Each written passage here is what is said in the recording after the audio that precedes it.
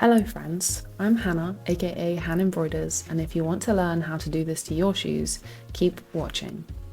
This is going to be an in-depth video tutorial for my embroidery kit number 1, the first kit in a range that I've been designing for beginners to learn embroidery on shoes. If you don't already have a kit, check out the links in the description of this video so you can snag one for yourself.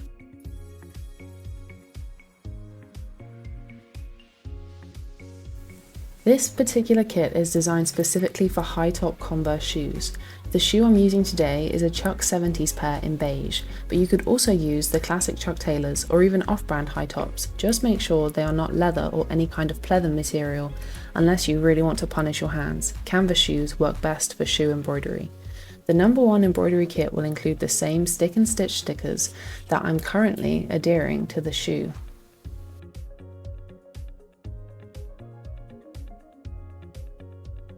It should be super clear which stickers should go where because the ones that go on the inside of the shoe will be curved to fit around the Converse logo. The stickers are quite tacky, so it can take a couple of tries to get it in the perfect spot on the shoe. If you're hoping to get a result like the finished shoes at the beginning of this video, then try to copy my exact placement of the stickers. Once you've placed them down, run them over a couple of times with your fingers to make sure they're adhered to the shoe nicely.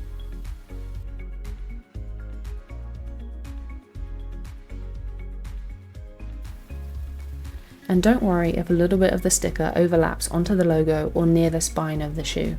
As long as the design itself doesn't intersect the logo, you're doing great.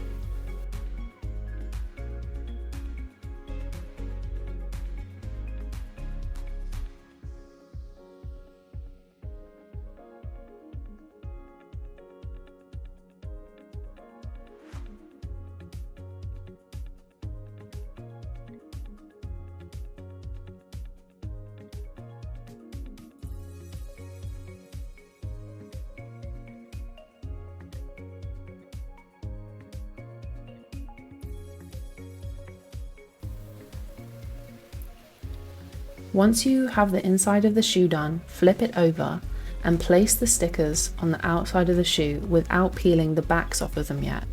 This is so you can find the perfect position for your stickers. People with larger feet might want to space the stickers out more than somebody with smaller feet.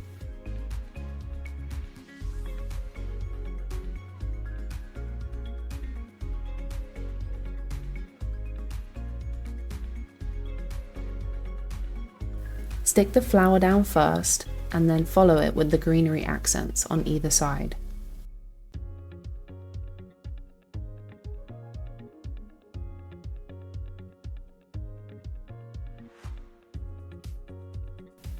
Also, don't worry if your stickers overlap each other a little bit.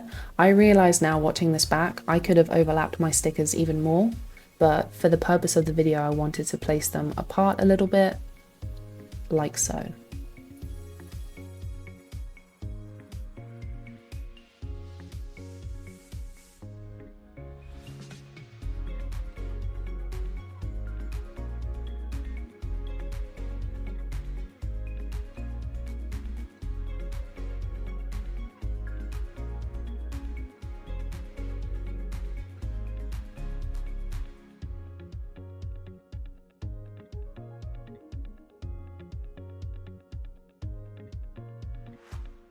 Once you're finished placing the stickers on the outside of the shoe, it should look a little something like this.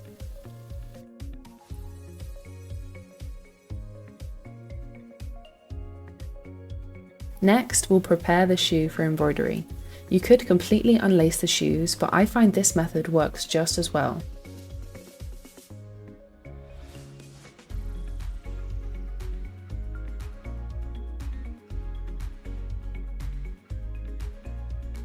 Tuck the tongue underneath the toe cap of the shoe and then knot the laces loosely before tucking them in right behind the tongue.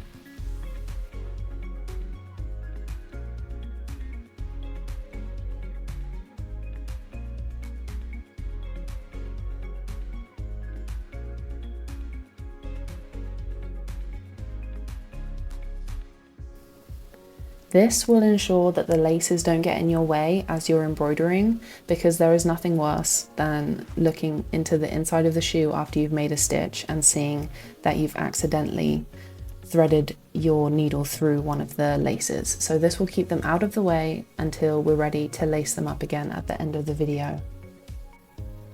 Now it's time to choose our thread. You can see me splitting this thread into 2 strands. Embroidery skeins come in strands of 6, meaning I stripped away 2 strands from the remaining 4, giving me a smaller piece of thread to work with. This is the key to achieving a detailed, dainty looking embroidery project. I'll be using a size 10 DMC needle for almost the entirety of this tutorial, which is the longest needle in the pack that comes included in my embroidery kit. Also included in the kit will be a couple of silicone finger protectors that I use every day in my line of work as a professional embroidery artist. I really do swear by these, and I wish I'd come across them sooner. As you can see, my middle finger is a little worse for wear after years of shoe embroidery without the use of finger protectors. First, we're going to embroider the branches or the stems that the greenery is going to grow from. I have chosen a chocolate brown colour, but you could use a green if you wanted more of a spring greenery look.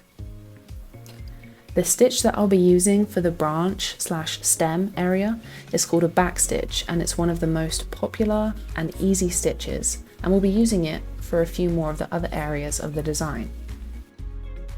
Sometimes it can be super difficult to show the stitches when embroidering shoes because of the different angles I have to use when getting the needle through the fabric. But don't worry, I'll have several different angles and you'll be able to see each stitch in detail.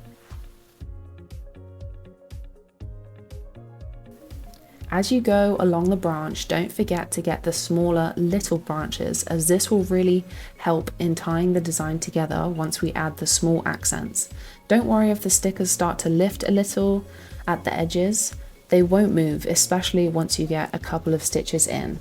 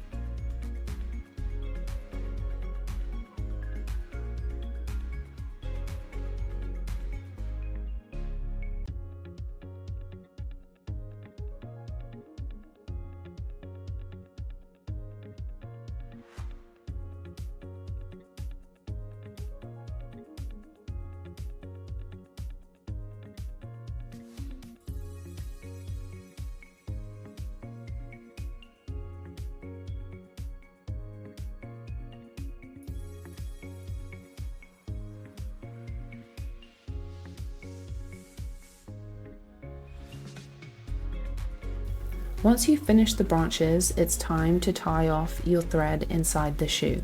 Always tie your thread off inside of the shoe, looping it around the nearest stitches a few times before knotting it at least twice. Securing the thread like this will make sure the embroidery lasts as long as possible.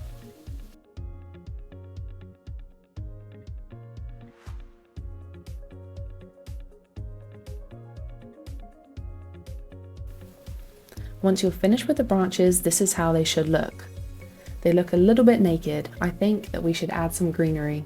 I chose to use a nice warm green for my leaves, and this time I'm using 3 strands of thread. You'll get less tangles the shorter the length of thread is. I'll show you how to handle knots and tangles a little bit later. For the greenery, I'll be using a back stitch again, filling the leaf outlines completely to give them a full look.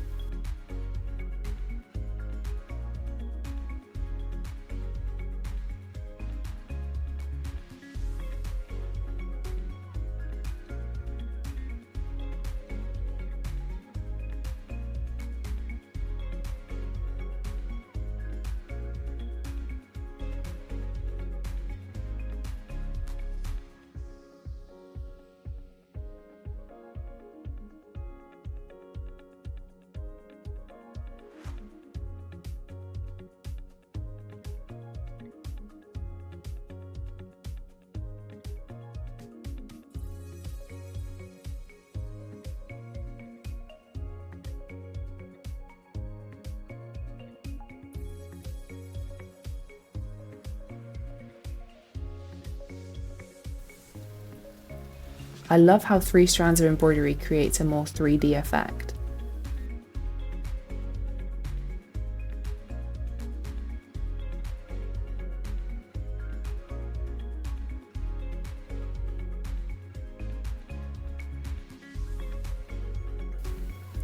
You can see I have to wiggle the needle a little to get it through the material of these 70s.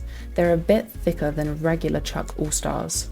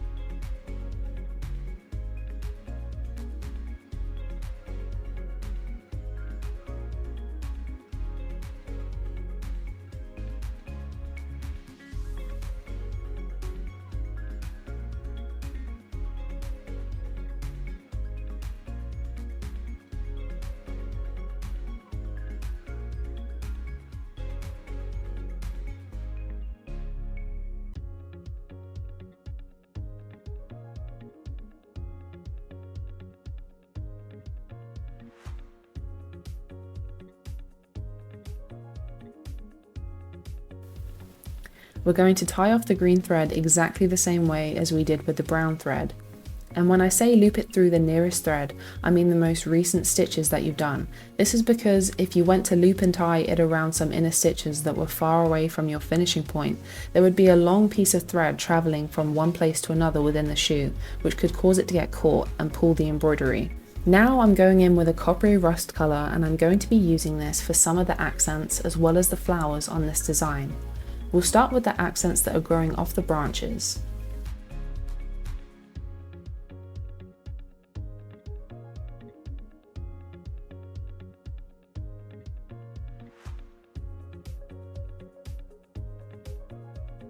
Start by pulling the needle up through the shoes and wrapping the thread around the needle twice before sticking the needle back through the fabric as close to the original hole as you can get.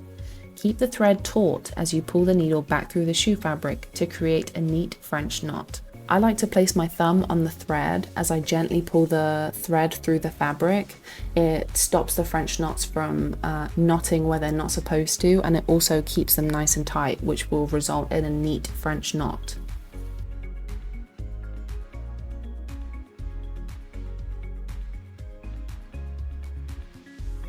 For the smaller accents, only wrap the thread around the needle once. You can tell which ones should be bigger by the size of the dot on the sticker. Remember to keep the thread under your thumb as you pull it through to ensure the knot stays tight and neat.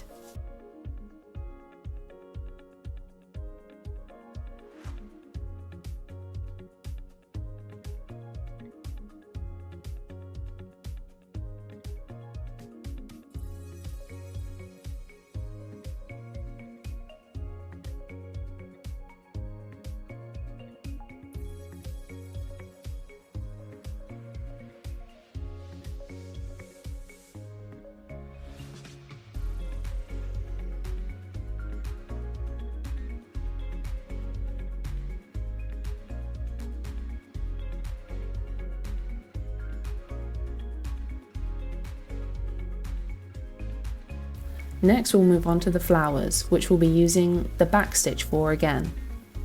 The flowers happen to sit on the ankle/heel area of the shoe, where it's a little harder to get the needle through. Use the back stitch twice to fill the petals of the flowers. We'll fill the centers of them a little later.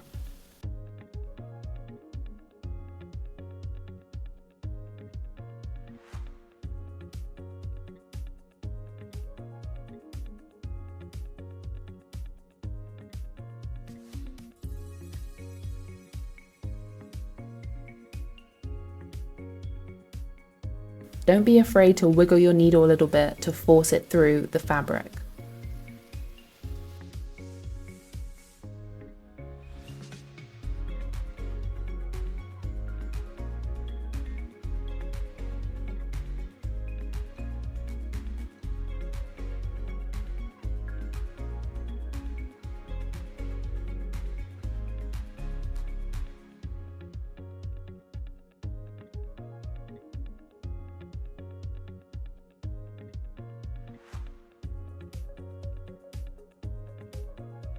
Once we're done with the flowers, we'll finish off the other branch by French knotting the accents growing from it.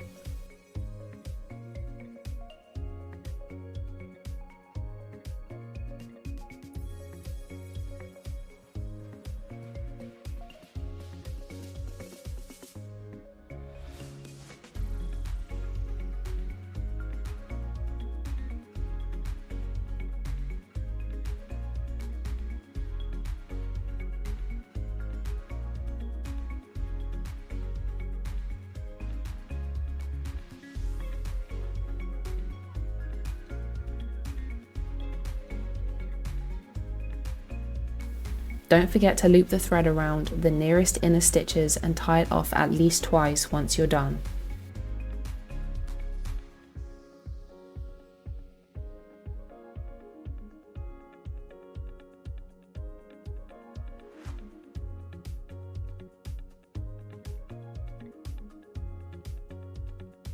The last embroidery stitch for this side of the shoe will be another few French knots.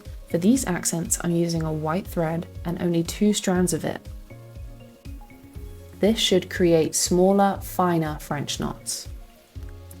Pull the needle through the fabric, and for the larger dots, wrap the thread around the needle twice before sticking the needle back through the fabric, keeping the thread taut with your thumb.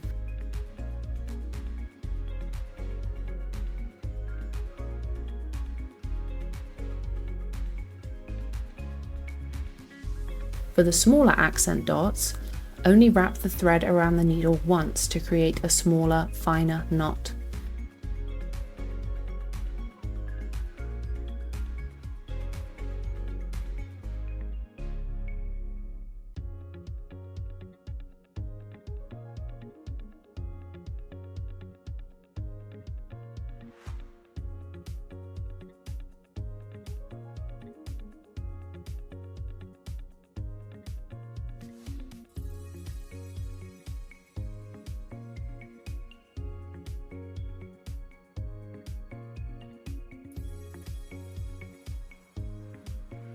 For the insides of the flowers, wrap the thread around the needle 3 times to create a bigger French knot.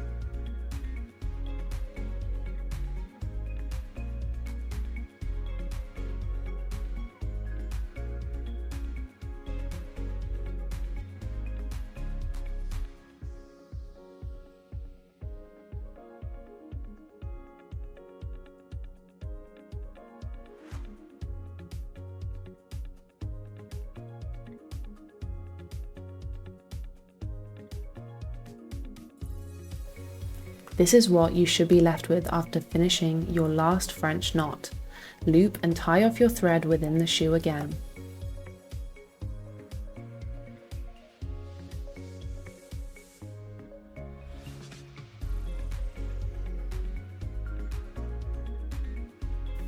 This is what the inside of the shoe should look like, neat and tight stitches. You shouldn't be able to feel these at all when wearing the shoes.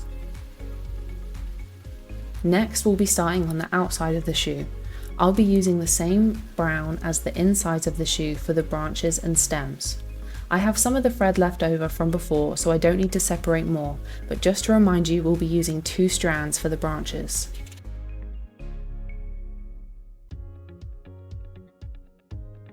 Don't forget to double knot your thread before starting your stitch. We'll be doing back stitches again all the way down the branches, just like we did on the inside of the shoe. Again, we don't want to forget about the smaller little branches that hold the accents.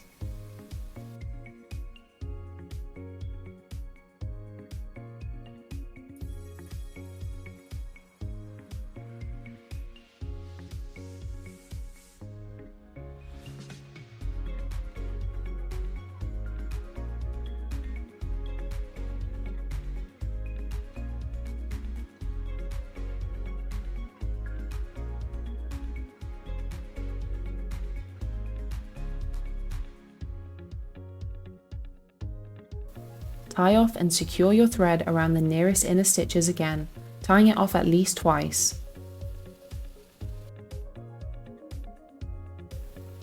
Go back in with the same green you used for the inner leaves, 3 strands of it, remember. Make sure to fill the entire leaf area with the thread. I found I needed to make about 4 or 5 stitches for each leaf to make them as full as possible.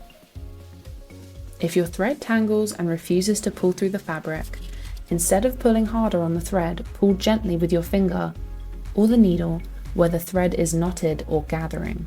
This should dislodge the thread.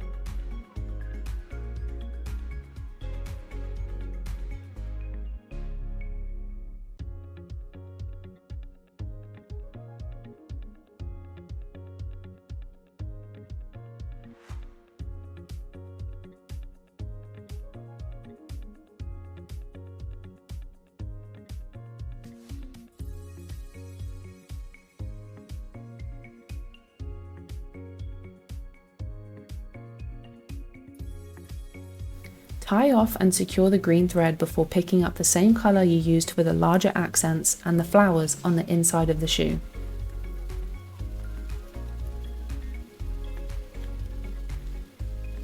I'm using the same copper rust colour at 3 strands of thickness for the French knots on the branches, just the same as the inside of the shoe.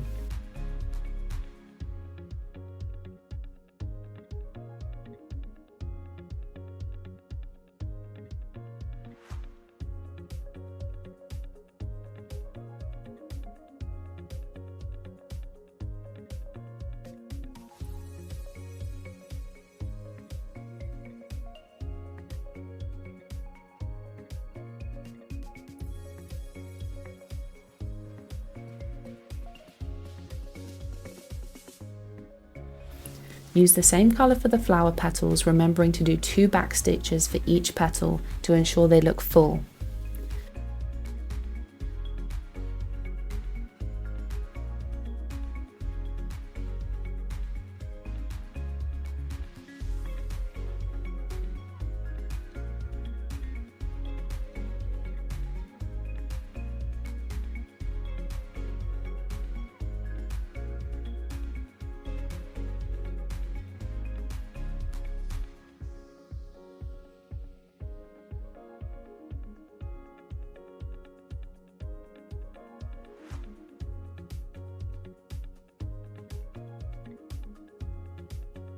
Finish off the French knots on the lower branch before securing the thread and tying it off near the last stitch you did inside the shoe.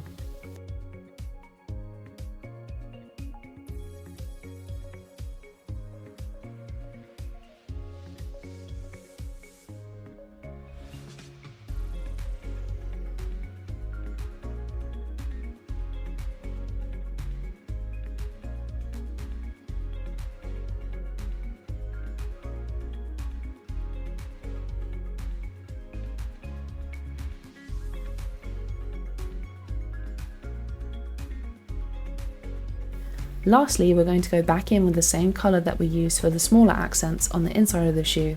I'm using 2 strands of the white thread that I used. Again, I don't have to section off more thread since I have some left over from the inside of the shoe.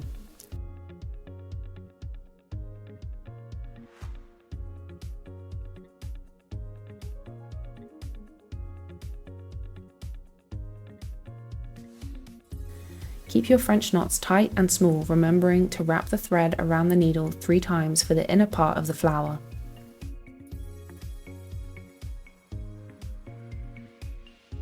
The more times you wrap the thread around the needle, the bigger the French knots will be.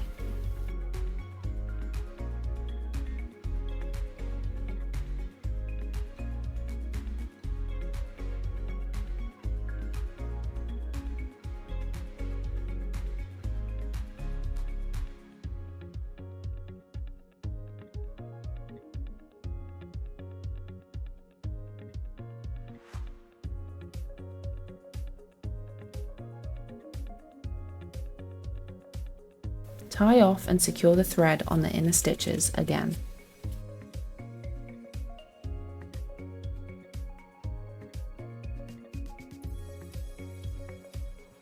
And with that, you're done with one shoe. You're going to need to repeat the entire process on the other shoe.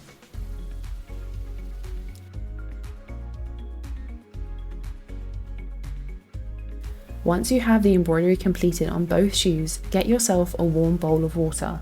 This step can also be done in a kitchen or bathroom sink. You'll need a towel of some sort. I used a microfiber towel that I use on my hair. Try not to use a very dark coloured towel as the colour may transfer to the shoe, especially if you're using an all white shoe, which are very popular as Converse shoes. I think the microfiber material worked very well because it really grabbed onto the small bits of disintegrating sticker. Dampen your towel and begin to pat the areas on the shoe that you embroidered. This is going to dissolve the sticker that you embroidered over. You don't need to be super gentle with this process. The embroidery, if tied off and secured properly, should withstand this process with ease. Be patient with removing the sticker. It can take up to 10 to 15 minutes for it to dissolve completely. I also found it easy to dampen the sticker and peel it away on some parts of the shoe. Don't worry if your embroidery darkens when wet, it will dry the colour that it was before. It's important not to completely submerge the shoe in water as this is bad for the shoe. Though I would recommend using your damp towel to dampen the entire outer shoe area, including areas that you didn't embroider. This is going to get rid of any harsh water lines on your shoe. You'll need to let the shoes dry in a well-ventilated space for 12 to 24 hours.